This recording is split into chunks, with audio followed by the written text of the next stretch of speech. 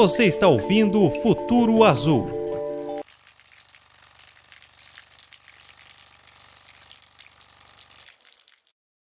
Esta é a segunda parte do episódio Saneamento e a Projeção para o Mercado em 2020. Estamos entrevistando o diretor-presidente do Grupo Atlantis, Anderson Sandrini Botega. Não esqueça de ouvir a primeira parte. Bom episódio, podcast Futuro Azul.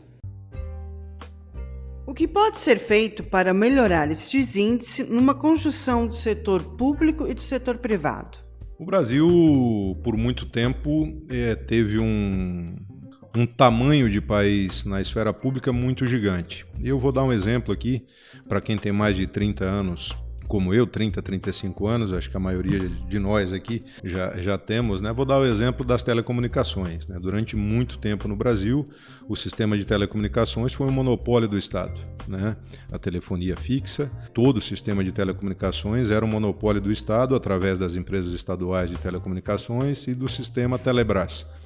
Na década de 90, em meados da década de 90, o governo federal mudou a política das telecomunicações no Brasil, abrindo o capital das teles para o mercado privado, né? E eu lembro muito bem que o primeiro celular que a minha família adquiriu aqui em Tubarão em 1994, a linha de celular custou $4.000, algo em torno de R$16 mil hoje. Então, para aquele jovem que está me ouvindo agora, que usa o celular hoje para fazer o seu trabalho, para fazer o seu lazer, para encontrar uma namorada, para se comunicar com qualquer parte do mundo, há 25 anos atrás, para ele comprar a linha do telefone, aquele chip que hoje ele compra numa loja de conveniência, que ele compra no supermercado, numa banca de revista, ele teria que pagar em dias de hoje aproximadamente R$16 mil. E para comprar um aparelho de telefone, ele precisaria desembolsar mais $1.000. Então, para usar um telefone celular em 1994, o cidadão tinha que ter $5 mil.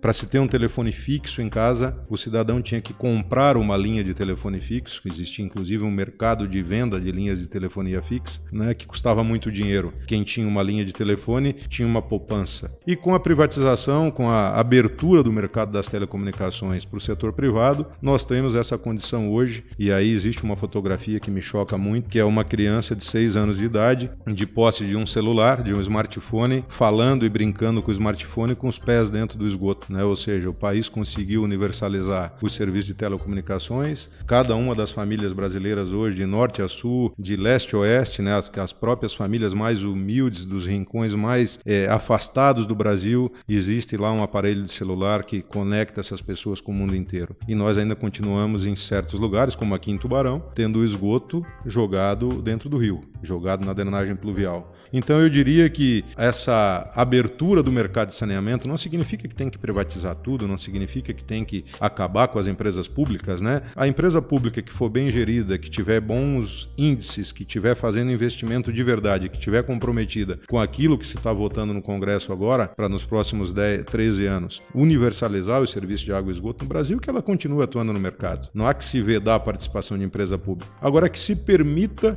que o capital privado entre no saneamento, assim como entrou nas telecomunicações, assim como entrou no sistema elétrico do Brasil, que houve uma abertura gigantesca, né? Tendo aqui em Santa Catarina várias pequenas centrais hidrelétricas, que são as PCHs. Nós precisamos também disso no saneamento. E estamos, como empresa, Milene, dando exemplo para o Brasil. Nós participamos em 2016 de um evento em Vitória, no Espírito Santo, onde apresentamos lá um case de sucesso de concessão de saneamento em cidade de pequeno porte. Durante muitos anos se criou a cultura de que, olha, fazer concessão de saneamento no Brasil é só em cidades acima de 50 mil habitantes, né? E nós estamos provando que tem condição sim de investir em água, de investir em esgoto, de levar qualidade de vida para pessoas mesmo em cidades pequenas. Então é isso que nós precisamos fazer com o mercado de saneamento, é a abertura dele para o capital privado. O que significa para o setor a tramitação do projeto de lei do Marco Legal de Saneamento, previsto para ir à votação no Senado Federal no mês de março? A atualização do marco regulatório, o Brasil teve um avanço em 2007, quando aprovou e foi sancionado pelo então presidente Lula a atual legislação, o atual marco regulatório que está vigente, que é a Lei 11.445, lá de 2007, mas que obviamente colocou metas para que se universalizasse o saneamento no Brasil e ainda deixou uma brecha muito grande para que o monopólio público conseguisse continuar no Brasil, ou seja, através da Lei 11.445, que é a atual lei do saneamento, se permite que os municípios brasileiros façam contratos ou convênios.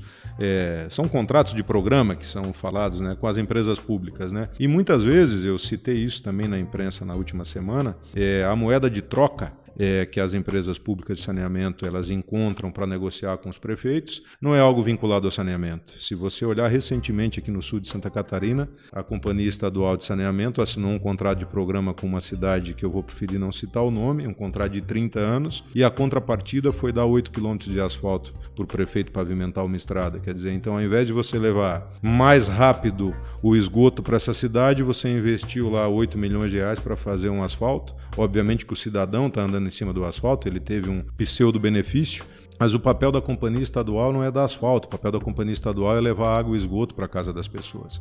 Então o atual projeto de lei que está no Senado Federal e que nós estamos na expectativa que seja aprovado do Senado sem nenhuma modificação para que não vote para a Câmara dos Deputados e que ele vá do Senado direto para a sanção do Presidente da República, ele dá essa condição de que os atuais contratos celebrados com as companhias estaduais eles sejam mantidos. Ele dá ainda uma condição de que contratos novos sejam feitos até 2023, desde que se comprove viabilidade econômica e financeira, desde que a concessionária estadual comprove que ela tem condição financeira de fazer os investimentos necessários, e isso vai valer para o público e para o privado. A meta do novo marco regulatório, e isso é o mais importante para o cidadão, é de que até o ano de 2033, 99% das residências urbanas brasileiras tenham acesso à água potável e 90% das residências brasileiras tenham acesso ao serviço de coleta e tratamento de esgoto. Eu acho que isso é o que mais importa da legislação. Obviamente que lei no Brasil nem todas são cumpridas, mas essa possibilidade que o marco regulatório traz da segurança jurídica para que o mercado seja aberto à iniciativa privada, né? Eu tive o ano passado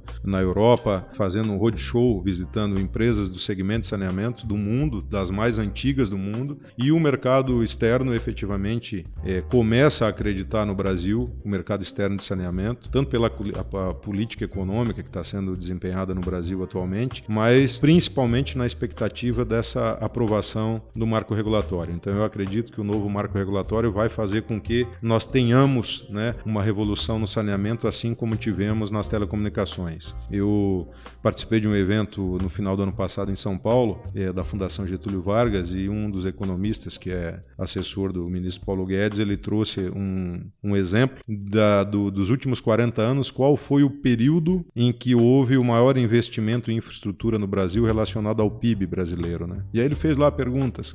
Vamos lá, quem arrisca aqui dar um palpite nos últimos 50 anos? E aí uma parte da população, dos empresários que estavam nesse evento, foi no período da ditadura militar. Aí ele disse, não foi. Aí outra parte, foi no período do PAC, no auge do Programa de Aceleração de Crescimento do governo Lula, que houve investimentos na infraestrutura do Brasil. E ele, também não foi. O investimento em infraestrutura no Brasil, ele se situa ao redor de 2,5% na média, 2,5% do PIB do Brasil, né? Na Europa e nos Estados Unidos, o investimento em infraestrutura ele varia de 7% a 9%. Na Ásia, ele é 12%. E no Brasil, ele só chegou a 4% justamente quando a Tele foi privatizada. Ou seja, os estrangeiros vieram para o Brasil, né? E temos aí algumas das empresas ainda que controlam a telefonia no Brasil, que são empresas de fora do Brasil, que fizeram investimentos maciços, construindo torres de celular, levando o sinal de celular para todos os rincões brasileiros, e foi naquele período que o investimento ultrapassou os 4%. Então, mostrando que efetivamente, quando se tem segurança jurídica para a iniciativa privada, e aí sejam companhias nacionais ou companhias internacionais, possam fazer os investimentos, as coisas no Brasil vão começar a acontecer. E para finalizar, como o Grupo Atlantis está se preparando para este cenário que está se moldando no Brasil para os próximos anos do setor de saneamento? Nós estamos com duas frentes, Milene. Primeiro, cada vez mais contratando profissionais qualificados, né? dando oportunidade para os nossos colaboradores de se aperfeiçoar no mercado de saneamento, buscando qualificar a nossa equipe, né? Fazendo investimentos em tecnologia, em equipamentos de tecnologia. Numa das linhas do saneamento, que é a parte de limpeza urbana, nós temos hoje um caminhão autopropelido trabalhando num contrato que é o único que tem em Santa Catarina, um equipamento importado da Alemanha. Então, a empresa tem investido em tecnologia, né? E em qualificação da sua equipe, preparando a equipe, trazendo tecnologia, esse mercado de tecnologia que a cada momento se multiplica com novas tecnologias para todos os segmentos, e no saneamento não é diferente. Então, olhando para um lado na qualificação da nossa equipe e da tecnologia, e para o outro lado buscando parceiros, né? Tanto para a interação na troca de experiências, mas também parceiros comerciais. Eu fiz essa rodada o ano passado na Europa, no segundo semestre do ano passado fizemos várias rodadas aqui no Brasil, e agora, no início de 2020, tivemos a semana passada em São Paulo, já com sinalização de bancos especializados para captação de recursos, porque ninguém faz investimento em saneamento com recurso próprio, né? Nem as principais empresas do Brasil investiram, nem as públicas e nem privadas, né? Se você olhar o volume de obras que as empresas públicas no Brasil têm, o pequeno volume de obras, olhando aqui para Santa Catarina, onde a empresa estadual tem feito investimento em algumas cidades do estado, todo esse dinheiro ele é ou financiamento da Caixa Econômica, ou então dinheiro da agência japonesa de desenvolvimento, chamada JICA, ou então da agência francesa de desenvolvimento, chamada AFD. As empresas privadas, aí, as que atuam no mercado, também trabalham com dinheiro, seja do BNDES ou dinheiro de fundos, né? Então nós estamos no mesmo caminho, estruturando agora toda a nossa parte de compliance aqui dentro da empresa, e a parte de gestão, a parte de auditoria do balanço, para captar dinheiro dos fundos específicos aí e aplicar nas nossas concessões e disputar mais licitações para aumentar a nossa participação no mercado, olhando um pouco também para o mercado de fora de Santa Catarina e também de fora da região sul do Brasil. É dessa forma que nós estamos nos preparando para, acredito eu, com a aprovação do marco regulatório de saneamento, vai haver uma oportunidade gigantesca para as grandes empresas que vão conseguir comprar parte ou em todo das companhias estaduais, mas no vácuo dessas negociações vai abrir um mercado gigantesco para empresas do porte da Atlantis, com mais de 500 funcionários. Nós não somos mais uma empresa pequena, mas ainda estamos longe das 5 principais empresas que dominam o mercado de saneamento privado do Brasil. A gente deve estar em 8º ou 7º lugar no ranking, mas com uma distância enorme dessas 5 primeiras. Mas estamos nos estruturando para pegar esse vácuo daquilo que vai acontecer com o marco regulatório e ampliar a nossa participação, levando qualidade de vida, levando água de qualidade para as pessoas, podendo coletar e tratar o esgoto da residência das pessoas, que é isso que vai fazer com que na parte de saúde pública o cidadão tenha uma melhor qualidade de vida.